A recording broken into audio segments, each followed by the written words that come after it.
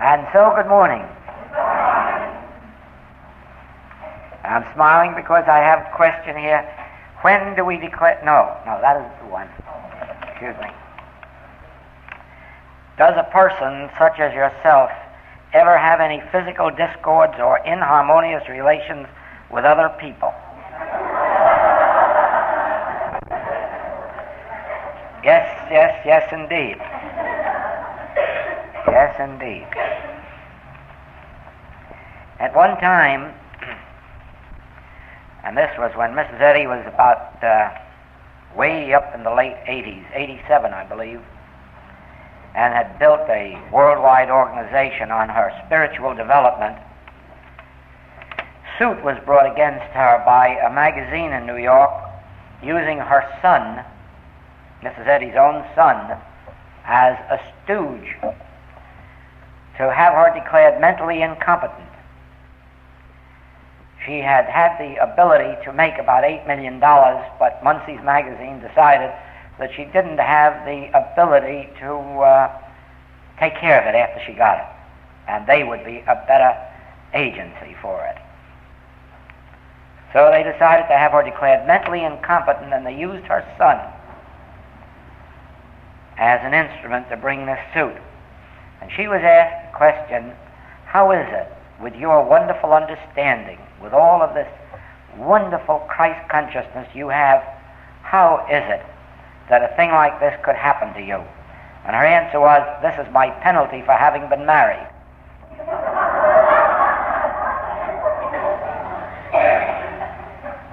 In Science and Health, she writes that Jesus would never have been crucified if he had never taken a student to teach. And that is between those two statements you have the absolute truth. An individual, as they come into a measure of spiritual awareness, would never have a problem. Having found their oneness and their ability to demonstrate the 15th chapter of John, their oneness through the vine with the Godhead, there could be no such thing as a problem into their experience. But in our present state of development, we insist on either marrying or having children or having close friends and pals or taking students, and in that measure do we have some of their problems to work out. Because if a person has a wife or a husband not at that same, or a child, not at that same level of consciousness, there's no way you can bring them there or make them there, and therefore you either have to leave them, desert them, or suffer it to be so now, work with them until they do grow. And so you are having a problem that is not your problem except by virtue of your relationship with another. And so it is with students.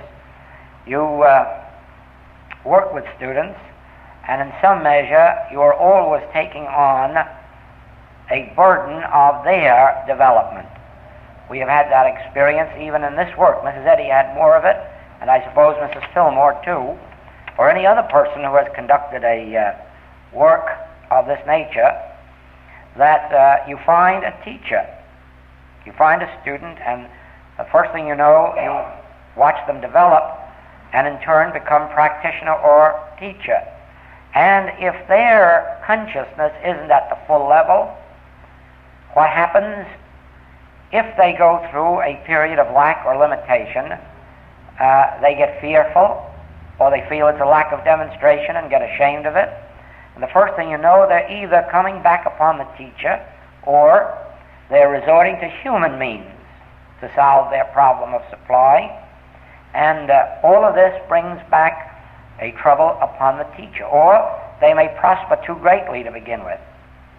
And if they do, it can go to their head, and they begin to indulge their prosperity.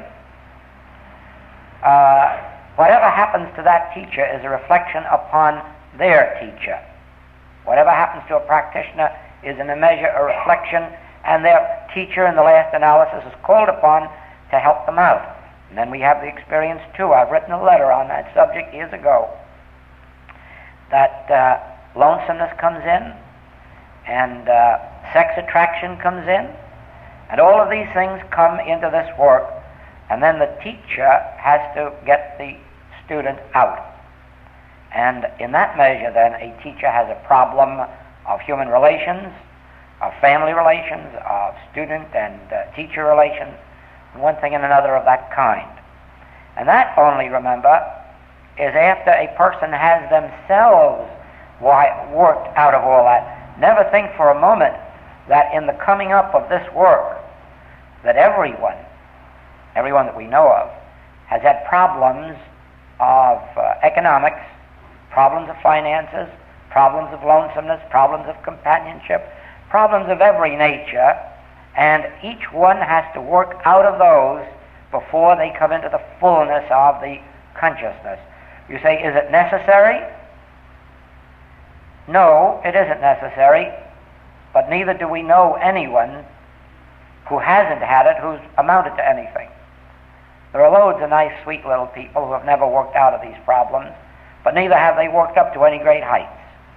Those who have gone to the highest points have worked out through the severest demonstrations, and there's a very good reason for it.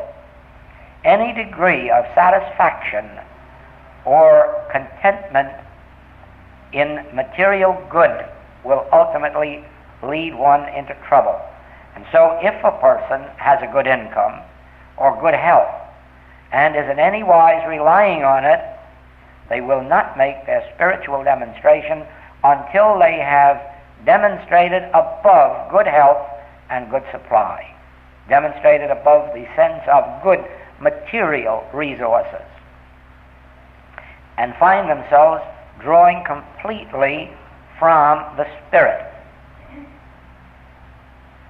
So these inharmonies occur, and how they are overcome, that of course is an individual thing. They are never overcome twice the same way, and one has to go to God for guidance at every step in order to have these worked out, since in some cases they're worked out by separation, divorce, separation from the student or teacher, divorce from the student or teacher, complete severance of relations. At other times they're worked out through a complete understanding taking place in the wiping out of whatever the reason for the discord was. Who is to say how? And the next question, when we declare that God is power, presence, cause, law, is this not argument? Can be, yes, surely. But there's nothing wrong with argument. It is a step in our unfoldment, and the argument that comes down to the declaration that God is power, presence, cause is not quite so much argument as it is declaration, affirmation, or reminder, restatement of truth. And so, even if it is argument, it is desirable as a step to lead us up to a state of consciousness in which we can be receptive. Now, probably whoever wrote this question did not hear me say that we do not claim this to be an absolute teaching. At no time do I declare or write that the infinite way is an absolute teaching, and I have stated over and over and over again that it is my hope that our students will never declare it to be an absolute teaching. It is absolute truth, but it is not an absolute teaching. What is the difference? Well, the absolute truth is the revelation of the allness of God, the nature of error as non-existence, as an unreal concept, and of course the rising into the absolute consciousness of God being. But you see, the teaching can't be absolute because it provides all the human footsteps for lifting ourselves up into that absolute consciousness. Now, the teaching itself, the message itself, is one of absolute truth. That is, the revelation of God consciousness as the only real consciousness, and the need to demonstrate that, to arrive at that state of consciousness. But we provide every single footstep ever known in the form of meditation, treatment, argument, reminders of truth, reading of Scripture, reading of our writings, tape recordings, class instruction, lectures, articles in magazines and newspapers. Well, you see, God would know nothing of that. And to be absolute, you'd have to leave all of that out and do as ultimately we will do.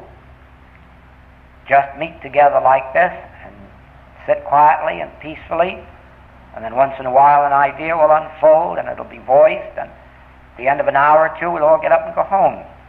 That will be when even the teaching itself is on an absolute plane. There will be no attempt to teach from one to another. Be no attempt to lift up into divine consciousness. And so I say this: the message of the infinite way is absolute truth. But the teaching and the mode or means of arriving at that state of consciousness embodies all of the human helps that we know. Also, the word absolute in the metaphysical world has two different connotations, neither of which apply to the message of the infinite way. There is a metaphysical teaching called absolute, which says that God is all. And therefore, of course, there is no man, and there is no universe, and there are no birds, and no animals. There's nothing but God. And that teaching does not apply to the message of the infinite way. And then there is another absolute teaching that involves a continuous affirmation of statements of truth to bring about the healing. And believe me, it is composed of argument and argument and argument and argument, never settling down into a realization of that heavenly peace. And that also has the title absolute teaching. I don't quarrel with either of those or with the use of the word absolute. I merely state that neither of those absolute teachings have anything in common with the message of the infinite way. And therefore, the use of the term absolute teaching to the infinite way would be incorrect. Is that clear?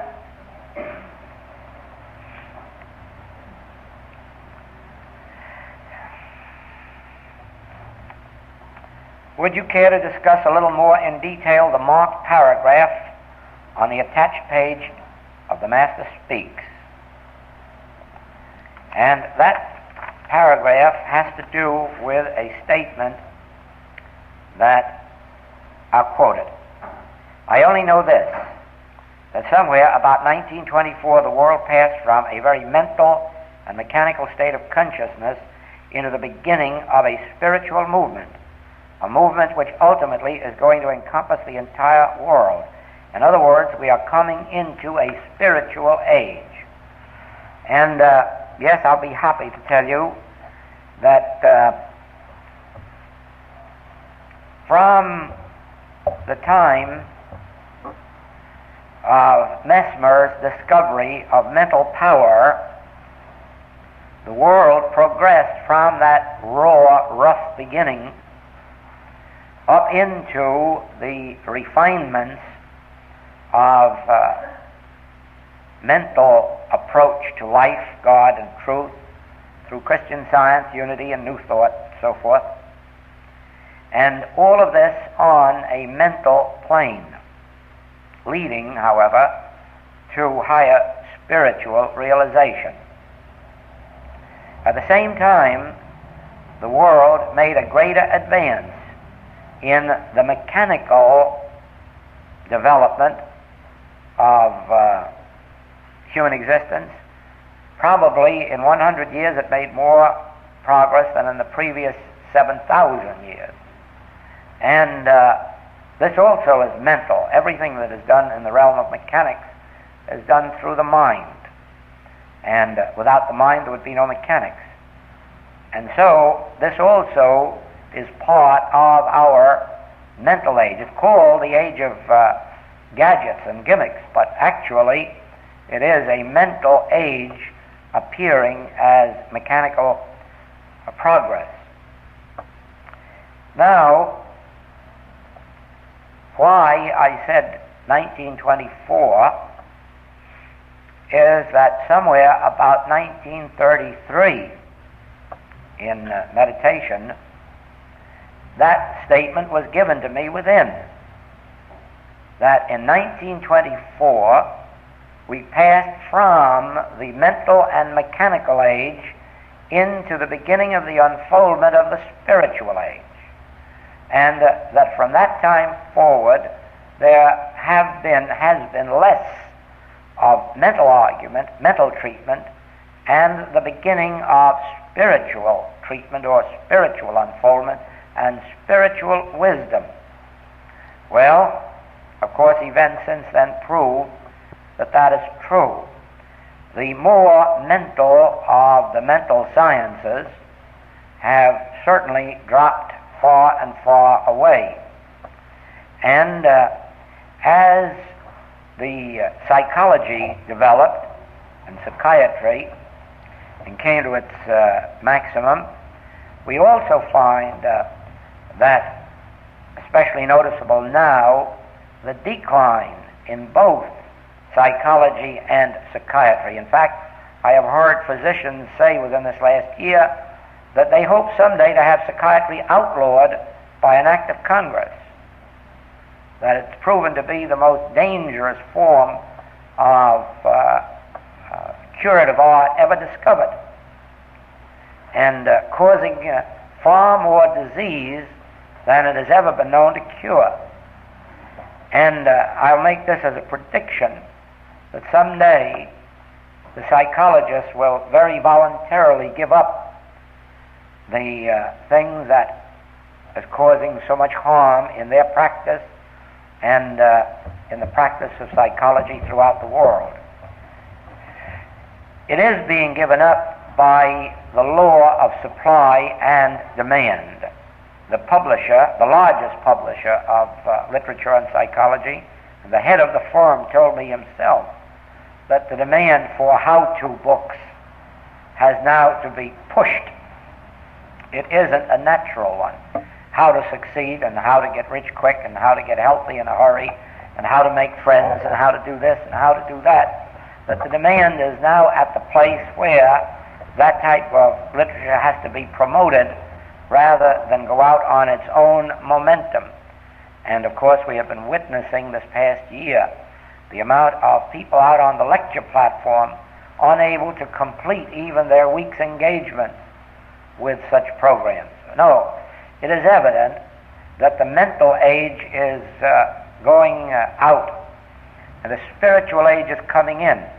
And some of the signs of the incoming of the spiritual age became evident when books such as Perennial Philosophy and Men Who Have Walked with God and Cosmic Consciousness and Gibran and all the rest of these pointing more to the spiritual and mystical have become bestsellers, something that perhaps a generation ago could not have taken place.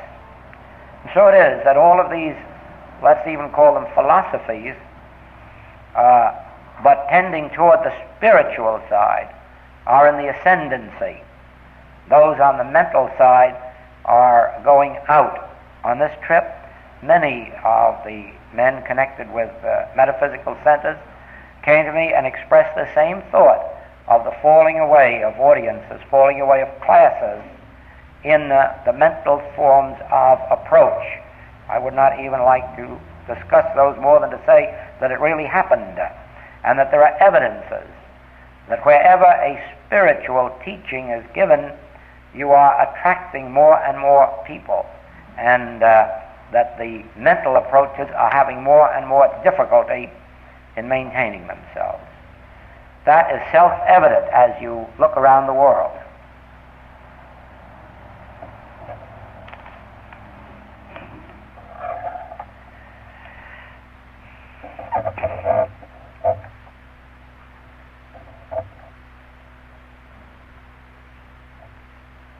when President Eisenhower was inaugurated, I think it was only a couple of days after that he attended a prayer breakfast, and helped to inaugurate a regular program of prayer breakfasts at which prominent men in the government meet for a few moments of prayer. There was nothing mental about their prayers. They are prayers addressed to their highest concept of God. And it's a strange thing. It really doesn't matter what one's concept of God is if the desire is to reach God. The mere fact that one may picture God as a man on a cross or a man walking in Galilee, or that one may picture God in their thought as an old gentleman with a white beard, or that one may picture God in any other way or without picturing God, regardless of one's concept, one will reach God if the desire is to reach God. But turning the name God into divine mind or divine love or divine soul or anything else, and calling oneself a metaphysician will not lead to God. The mere changing of a name or concept of God does not govern one's ability to approach God or to reach God or find God. The experience of God is one of grace, entirely one of grace. And it comes to those who hunger and thirst after righteousness, after God, after spirit, after love. And it makes no difference in what church one may be, a member or an attendant. It makes no difference whether one has never been in a church and never expects to be in church. What counts is the desire in the heart, the depth and the degree of it, and the willingness to know God without qualification. Not let me be healed and I'll search for God. Not let me demonstrate enough supply to pay my bills and then I will search for God. No. If necessary, let me sit down on a park bench with a crust of bread and find God. If necessary, let me go through the torments of sin or disease and find God. Not make the finding of God secondary to some more pleasant human experience first. No, God, whether our Orthodox friends seek God as the God of their church, or whether we seek God as divine mind or divine principle or universal life, is of relatively little importance. The important thing is that God be the paramount idea of our experience, of our life. Then when that comes, the experience of God comes through grace. It is true that when it comes to the spiritual healing work, before the attainment of the realization of God, that the letter of truth, and more especially the correct letter of truth, is important, since we build that consciousness of truth on the correct letter.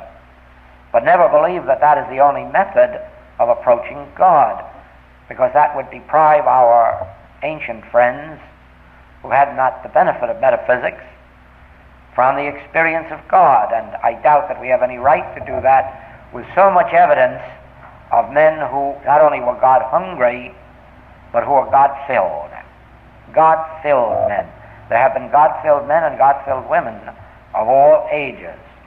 And the reading of some of the manuscripts and letters that they've left behind indicate very clearly that very few of them had a metaphysical concept of life. But they did have the companionship and the divine blessing of the experience of God. Now in this age, all of these people who are meeting to have prayer, breakfasts, and so forth, not those who go to church to pray for peace. I'm not speaking of those. I'm not speaking of those who go to church to pray for supply or for help. I'm speaking now of people who pray such prayers as President Eisenhower prayed. Fill us, guide us, lead us, direct us, be with us in our undertaking. Such prayers. Not seeking good in the human sense of the word, but seeking divine direction that the spiritual sense of good may be interpreted on the human plane. Quite a difference, quite a distinction. One is a seeking of the thing with God's help, and the other is seeking God that the thing may take place. And that distinction is enough to separate one from divine grace if one is on the wrong side of it.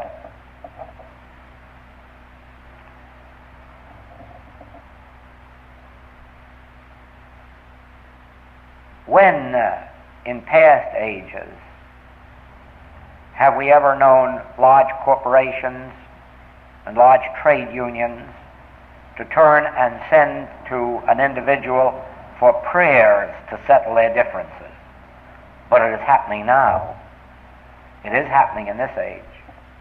When did we have politicians or statesmen turn seriously and ask for spiritual guidance in their campaigns or in their fulfilling of their offices? Oh, we have had outstanding examples, such as Lincoln saying, not is God on my side, but am I on God's side? Yes, we have had individuals, but think now how that has been multiplied to where people in every walk of life, all stations of life, are turning seriously to an idea of God.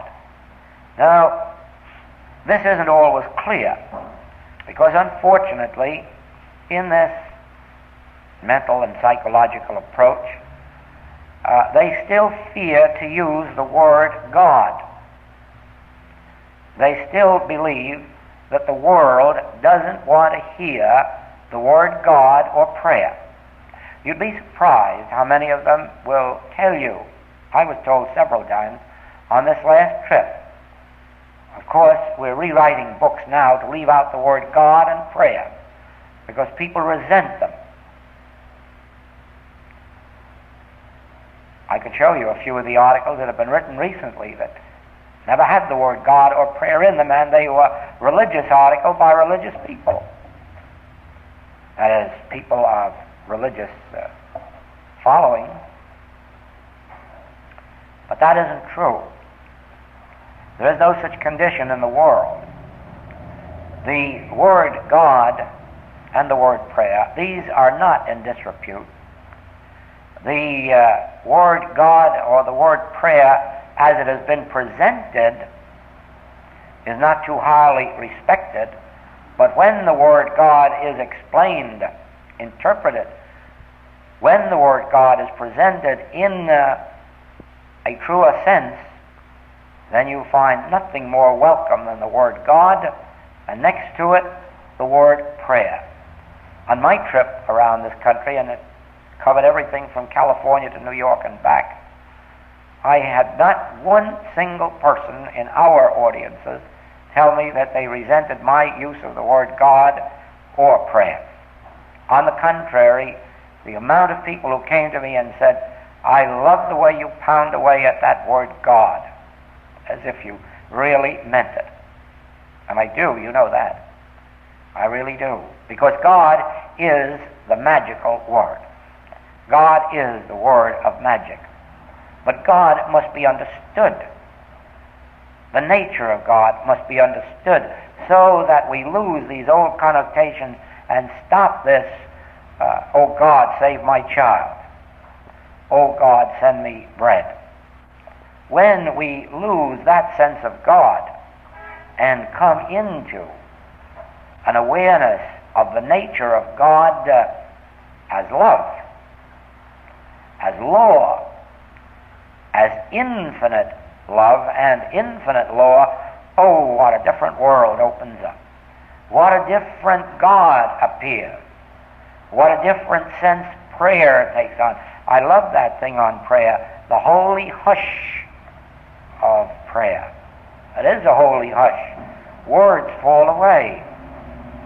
It's a strange thing. We can, in classes, talk and talk and talk and talk about this, but you know that outside of classes you can't do it. There's just nothing to say. It's something you feel, and you never want to talk to anyone about it. You never want to discuss it with anyone, unless you meet a person here or there as hungry as you are. And then you can sit for hours and hours and hours, and the word God and the word prayer, they flow and flow and flow.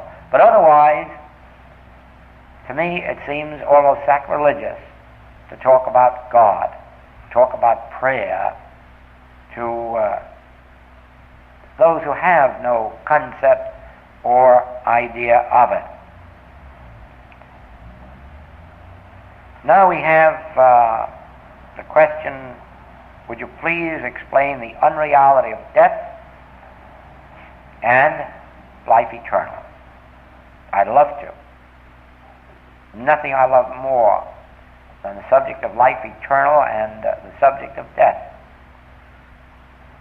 Except it is that word God and prayer, those words, God and prayer. If you look out onto this world, the subject of death is very easy. Everyone who is born must die. Everything that is born must die. Everything that has a beginning must have an ending. How do we know that? By the evidence of our senses. Same way we know the tracks come together in the distance. Same way we know that the sky sits on a mountain. Same way that we know there's water on a dry desert. That's how we know that everything that lives must die. Through the same senses that delude us. Through the same senses that fool us in every way. The same senses that make us trust, put our faith in princes, that make us consider man whose breath is in his nostril. Those five physical senses testify to a beginning and to an ending. They testify to birth and to death. And if you can believe them in one way, you might as well make up your mind to believe them in all ways. As you live long enough to get a few gray hairs, you will find out that you can't believe those five physical senses. And so the idea now comes, how then do you approach the subject of life and the understanding of death? And the answer is this. You begin with the word God. And since the letters G-O-D in and of themselves will not give you the unfoldment, you turn to one of the synonyms of God that meet the situation, and you find that a synonym for God, much used, is that of life. God is life. Now, when does God begin? And when does God end? And there you have the story of life eternal. Since God is life, life has no beginning, and life has no ending. And where in that entire word of life would you find death? Where in the entire understanding of God as immortality could you find mortal life? Are you following that? Do you see that point? If God is life, if God is immortal, is life mortal? No. Or on the other hand, is there more than one life? Since we've accepted God as life and God as immortality and God as infinity. Now, if God is infinite life, is there a life beside that? No. All right. God then being life and God being infinite life, there can be no life that has beginning or ending. Now we come to the point of realization in our individual experience. Why were we born and why will we die?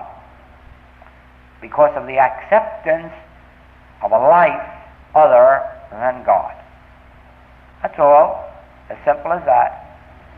Declare, realize that God is our only life, and you've dropped all possibility of dying. You've even dropped the possibility of old age, weakness.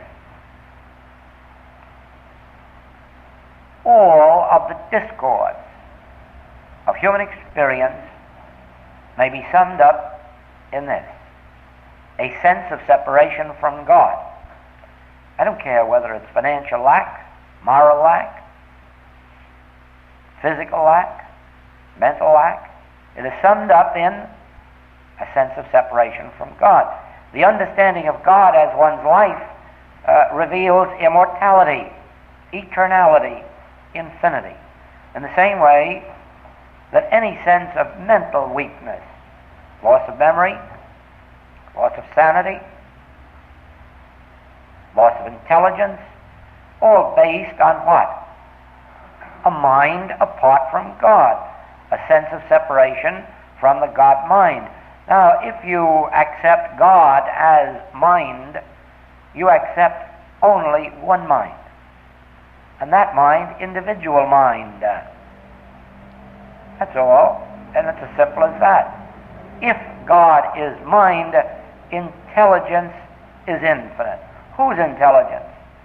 The intelligence of that mind, which is the mind of the individual. Now, you can take 20 synonyms, go up and down the ladder: soul, spirit, substance, activity. And you'll find the same thing, that if you can come first of all to the agreement within yourself that there's only one, and that one is God, then that one becomes that life, mind, soul, spirit being of the individual, and it becomes perfect. Now, the same rule applies in working out human relationships, and anyone can work out at least 90% or more of harmonious human relationships in the understanding of God as the life, mind, soul, spirit of every individual we meet. Every individual we meet. I had a beautiful letter yesterday from the Middle West, from a school teacher, telling me of the wonderful change in the classroom since accepting this idea that the students did not have minds of their own with psychological backgrounds and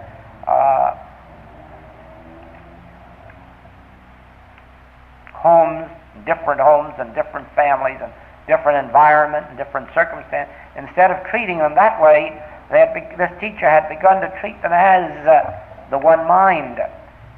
And it was really a beautiful letter of a complete change of events in that room. And so it is with us in business, in this work, in any work, the realization that there's only one mind we're dealing with, not people with different backgrounds, not people with different environment. That is very noticeable. It was more noticeable some years ago than now, but we still have it to a limited extent. When our classes first began, the first night of class was always a torture. There were always some Christian Scientists over here and some Unity students here and some New Thought students here, and all sitting with mental walls up there wondering what I was going to say and whether I was going to throw brickbats at Mrs. Eddy or Mrs. Fillmore or Dr. Holmes, and they were all ready for me if I did. And here I was sitting trying to share a little tale about God that I've learned. And usually the second night that calmed down. By the third night we had a very peaceful class, and by the fourth night we really were all of one mind. Now we have been able to eliminate those first 4 nights because that doesn't happen. The only thing that happens now is about the first 10 minutes of the first night there is a little adjustment until we get on each other's beam. And after that we really are a family of good friends. Well, it becomes necessary constantly to realize that there aren't people sitting out here with different backgrounds, different thoughts, different beliefs, different faiths, that as a matter of fact there isn't even a person up here with a conviction. All there is a group of people here in and of the one mind. There's only one mind appearing here as, and we are all listening to that one mind. We are all receiving from that one mind. And those of you who have been in this work several years and have watched Love and Gratitude and the 23rd Psalm and Consciousness Unfolding or Master Speaks come forth, certainly can know that I was hearing the same thing you were hearing at the same time. Certainly you know that none of that was made up before I came in and sat on the platform, on the chair here. You've witnessed that too many times, and you know that all of those things, why we wouldn't have these in manuscript form if it wasn't for these machines that take it as it comes out. No, we are all here for one purpose, and that is to come together in and of God. But I'm here for that same purpose. I'm not here to tell you something I learned yesterday, only to be the mouthpiece for whatever it is that unfolds today. And in most cases, I'm learning it at the same moment you are. Now that is the way to arrive at harmony in business and with one's associates. Begin with the understanding not of a separate selfhood, but of one selfhood infinitely manifested. And so you find that there is one way to eliminate death. And that way is to come to the realization that only God is life. And that life is the life of individual beings. Do not declare or believe that God is the only life and therefore I'm not living. I resent it. Yes, I am life eternal, but that I that declares it as Joel or as Bill or Mary or whatever your name may be. And so we are not wiping ourselves out.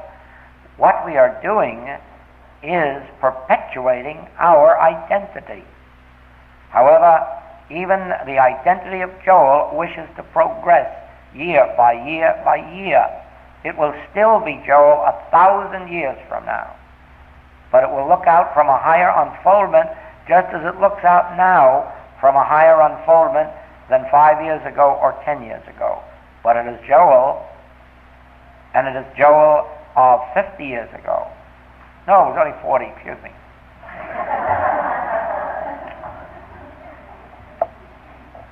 Do you follow that? Never wipe out individuality or identity. Let God be your individuality.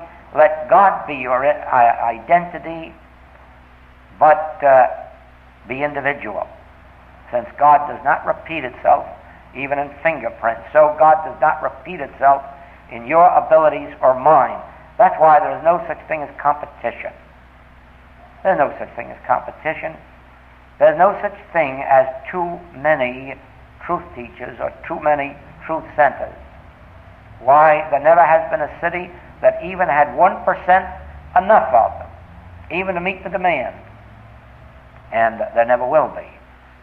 As long as an individual knows that God is appearing to them as individual integrity, individual presentation, individual harmony.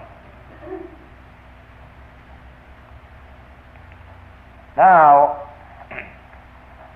let us understand this. To every one of us comes a period or point of transition. if we live our daily lives minute by minute, in whatever way it is presented to us,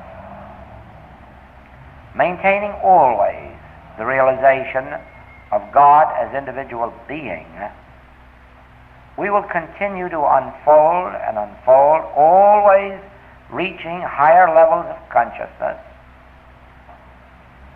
And one day we will find ourselves removed from this scene of activity, not kicked out of our body by disease, just gently moved on in a transitional experience to the next higher unfoldment.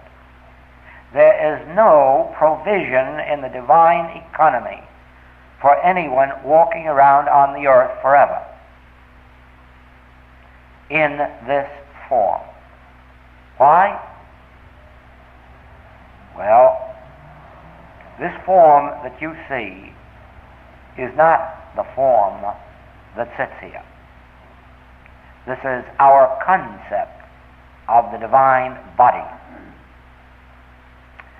But this concept of body has been changing every few years for the last 30, 40 years. This concept of body has been changing, just as this concept of life has been changing, and this concept of love has been changing, and this concept of supply has been changing, so this concept of body has been changing, and progressively. And it will continue to progress. The concept will. The body won't. The body is the temple of God. But you can't see this body except in your higher moments of meditation. When I am in my depth of meditation, more especially if I have a very difficult case and am forced to go deep, deep down within my being to bring out healing, then I catch glimpses of the spiritual life and the spiritual form. I catch glimpses even of the form behind the flower. I have always, ever since I've been in this work, caught glimpses of spiritual man, that is, spiritual identity. And the further my work goes, the more I see of the spiritual nature of this universe, not through my eyes. Through my eyes I still see men and women and trees and flowers and oceans. It's true that even what I see is much better to my eyes than it formerly was, because I see more of the good points and less of the others. The others have lost a great deal of their reality. But that is still not beholding the real. The real is beheld in the glimpse that one gets in the depth of meditation or treatment when we behold him as he is. And then we're satisfied with that likeness. And so, that body that is our real body, we will have forever. We won't leave it any place. It won't be buried. It won't be burned. Never believe that for a single moment. The only thing that we ever drop is a concept of body. And as we stepped out of our infant body and our youth body into maturity, so we step out of a mortal sense of body into the spiritual demonstration and realization of body. And that we can do, and do here on this plane. It is not necessary to die or make the transition to experience it. We have experienced it here and now. The Master says, I can lay down my life, I can pick up my life, and I will tell you that there are others who can step in or out of the mortal concept of body and life at will, here and now. And it all comes about through attaining the revelation or realization within of true being. That is the first thing. That was what Mrs. Eddy had in mind when she wrote, Jesus beheld in science the perfect man, where sick and sinning mortal man appears to mortal. She did not mean that Jesus visualized a human being in a perfectly healthy body. Never did she have such a thing in her mind. She meant what she said, that Jesus, through his spiritual wisdom, through his spiritual mind, his soul faculties, beheld man as he really is, described later by John as the temple not made with hands, eternal in the heavens. Now, the whole of John is a revelation of the world invisible. The world invisible to human eyesight, not invisible. Believe me, it is a visible world, the spiritual world, but it is visible only to illumined consciousness. Our dear lady, Miss Eddy, saw that also in a passage in Science and Health where she says, to what sense did this vision come to St. John? Through what sense? The visual organs for seeing, hearing? No, no. And then she said, he saw that which the unillumined couldn't see. Only the illumined could see. And I say that to you. The practitioner who is doing good healing work is one who has seen that which is invisible, heard that which is inaudible, and knows that which is unknowable. And that's not an impossibility, that is a fact. There comes a period in the development of every spiritual seer when they behold that which is invisible to the unillumined human mind. But to the illumined human consciousness, it is visible. Now, everyone who has approached that in spiritual healing work has, in some measure or other, caught momentary glimpses, and later can at will live in that consciousness where they behold this universe as it really is.